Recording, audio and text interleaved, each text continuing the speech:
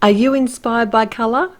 I have a list of my favourite Altenew floral combo colours at my blog, and today I chose one of my favourites out of my favourites.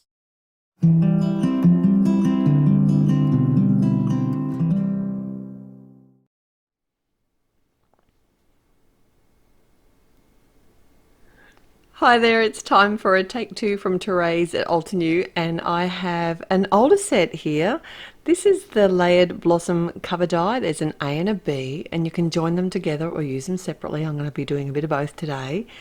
And I wanted to combine this older set with a newer sentiment set. It's a die set which is called All About You word die set. This is a great layering die set and a really good one to have in your stash because you can use it all the time because it's all about you.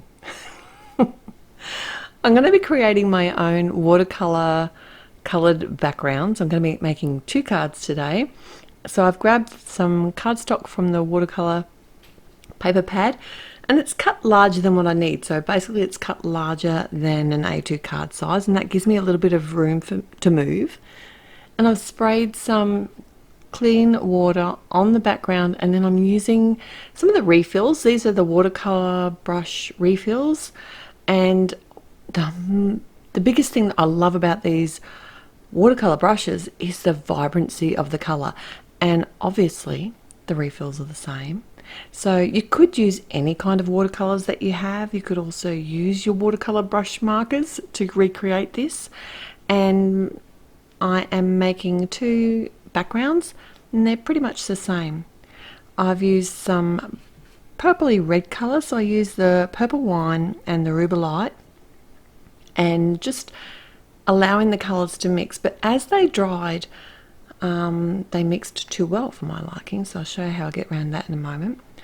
Now the leaves for these dies, you'll notice are at the top, so I am going to add a couple of greens at the top as well, and I'm doing exactly the same thing here. I've added my water first, dropped on my color, I've got the lime, and then I'm going to come in with the moss as well, and that's just going to give me kind of 2 tones of green within that. The lime is beautiful, that I just love the vibrancy of that, but I wanted the darkness of the moss here as well.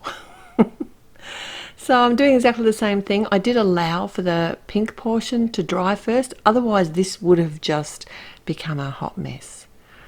I did a little bit in a couple of sections, but that doesn't matter. We can work around it because we're basically going to be die cutting these.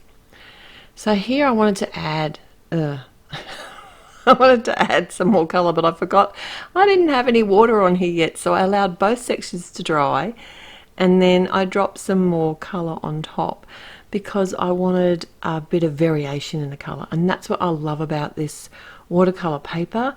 It's really forgiving. It can allow you to add quite a lot of water without causing too many problems. The paper did buckle a little bit as it dried, but once it was totally dry, I actually just ran it through my die cutting machine to flatten it out. Alright, so I'm going to be doing some die cutting, and there's basically a line portion to the die. So the outline one is the die A, and the layered blossom cover die B is the background version. So I'm going to be using that B version here for both of these die cuts, and I'm just making sure that I've got my leaves in the green section and the floral portion in the pink. And obviously I did wait for these to dry before I die cut these panels out. And I also used my metal shim in my Gemini, and it cut out beautifully. So I did that for both of these, and then I decided to come in. So like I said, I wasn't really sure where I was going with this, so I basically went in and looked at, I have a download at my blog, and it has like my 10 favorite floral color combinations for Altenew flowers. And when I'm not sure what I want to do, basically I look at color and that inspires me. So I have one there that's got this navy blue and pink, and I will link that Altenew video in the description here below, so you can check that out as well. But basically the navy blue, the pink with the green leaves, it just makes my heart happy. So I decided to go with that, and I'll link my blog as well so that you can go there and see these color combos, because Altenew flowers, and basically you can recreate any of your designs, use any of your Altenew stamps, dies, layering stamps, anything with these color combos, and it's just such a fun way to use these Altenew products and get more from your products as well. So I did use the double-sided adhesive from Altenew here and die cut some of the navy cardstock, and I forgot to put it on the watercolor cardstock before I started, but anyway, that's okay. I'll show you how I get around that in a moment too. But I layered the outline die cut over top of one of the watercolor backgrounds, and then for the one that I'm just going to leave as a watercolor background here, what I've done is I've layered up 4 further die cuts. So I actually cut this same panel 4 times out of some white cardstock and layered it up. And I also forgot to use my adhesive sheets. I'm really bad at remembering that, and it's such a great trick. If I had it would have taken me so much less time, but that's okay. You live and learn. And by using the metal shim, it always cuts perfectly, just with those extra few layers. So basically I used the same colours on both of my card designs, but changed it up a little bit. I used the navy outline on one, and for this particular one where I have just the background portion of the rose or the layered blossom, I decided to put the navy behind it. So basically I've covered my A2 card front with some navy cardstock, and because I forgot to put the adhesive sheet on the back, I just came in with some liquid glue to attach that to the front, and I know that's going to hold well and adhere quite quickly too, and it does give me that little bit of wriggle room, and it won't hopefully squish out the sides and show. So I did that, adhere both of these finished panels to the front of my top fold cards. And now to work on my sentiments, I've got the All About You word die set. I'm going to do it a little bit differently for both. So because this one has both the background and the intricate sort of portion, what I did was die cut the word you out of the leftover navy cardstock with the self-adhesive on the back. Yay, I remembered. Tick for me. And I adhered that onto just some white cardstock here that I cut the background portion out. It's such a bold combination of colours. I thought to have that little bit of white in there was just going to help the sentiment show out. I stamped a portion of a sentiment from the Sentiment Strips set number 2 using some Desert Night ink, which I thought worked really well with that navy cardstock. And then I just popped that over the front, and I used some of the foam tape from Altenew to pop up my sentiment and the sub-sentiment. I know, lots of dimension, which I adore.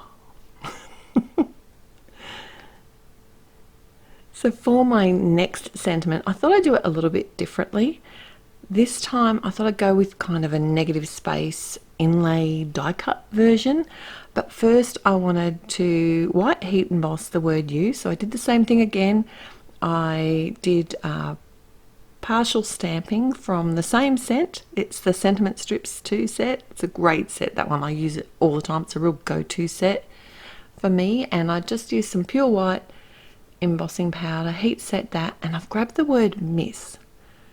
And this is the finer portion, it's not the background one. And I'm just going to die cut that a couple of times. First I'm going to die cut it out of the navy, and then I'm going to die cut it into a circle, as well as die cut it out of some white cardstock. So I also die cut another circle out of some white cardstock, and this is going to be my base to adhere everything to. And this is just from the Halftone Circles nesting die set, and I used some of the tape runner glue tape here, because that just means it's adhesive in behind all that negative space, and I can just pop in all my pieces like a jigsaw puzzle. And I'm using my, I would probably not normally use my craft pick, but they were such tiny little pieces. Some of them I had to chase them around just a little bit. And oh, I nearly forgot to say, I have a giveaway.